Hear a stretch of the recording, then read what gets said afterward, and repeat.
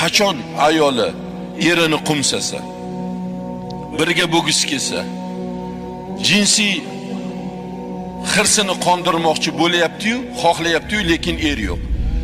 Ana shu ayolni hirsi qo'zg'algan paytda eriga har kuni zino qilganni gunohini yozadi. Zino qilganni ayol xohlab qolsa, qondira olmasa, uni zino qilganni gunohini yozadi.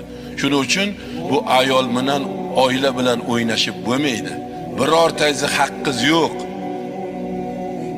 Ayolingizni tashab ketishlikka, uni xo'r qilishlikka. Shu ham hayotmi? Kuniga $100, $120 toparmish. Kelganingizda, "Ke o'g'lim, ke mana buni yeb ol, mana buni ichib ol" degan ota-onangiz bo'lmasa, "Keling dadasi, baraka topkir, dam oling biroz.